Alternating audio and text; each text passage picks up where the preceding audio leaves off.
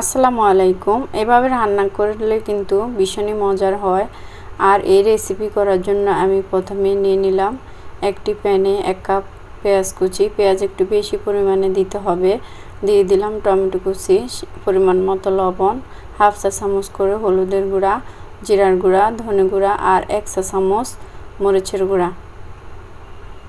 এখন দিয়ে দিব হাফ চা চামচ রসুন বাটা, 1 কাপ রান্নার তেল। এই মশলাটা খুব ভালোভাবে হাত দিয়ে কষলিয়ে মেখে নিতে হবে।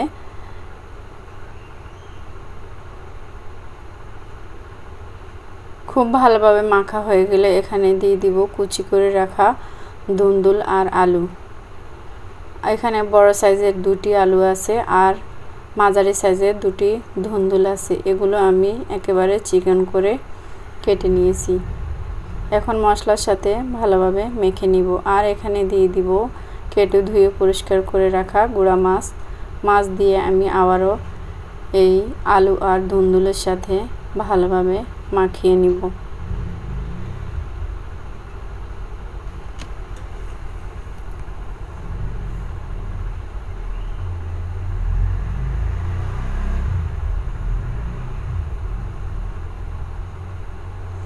আর এইভাবে হাতে ভালোভাবে মেখে নিলে কিন্তু রান্না অনেক বেশি ভালো হয়।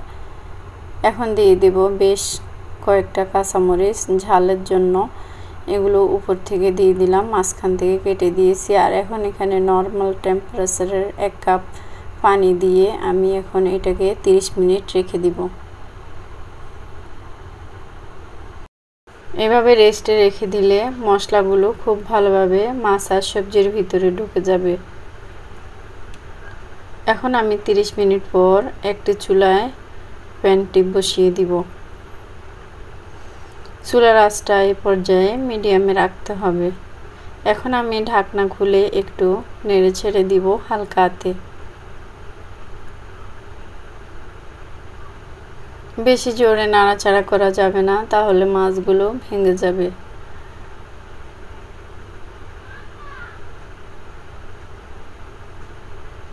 দশ মিনিট আমি রান্না করে নিলাম। 10 মিনিট পর আমার রান্নাটা মোটামুটি কমপ্লিট হয়ে গেছে। এখন আমি উপর থেকে ধনেপাতা কুচি দিয়ে নামিয়ে নেব। আজকের রেসিপি যদি আপনাদের ভালো লাগে তাহলে শেয়ার করার অনুরোধ রইল। এতক্ষণ সাথে থাকার জন্য সকলকে অসংখ্য ধন্যবাদ। সবাই অনেক বেশি ভালো থাকবেন। সবার জন্য অনেক অনেক শুভকামনা। আল্লাহ হাফেজ। আসসালামু আলাইকুম।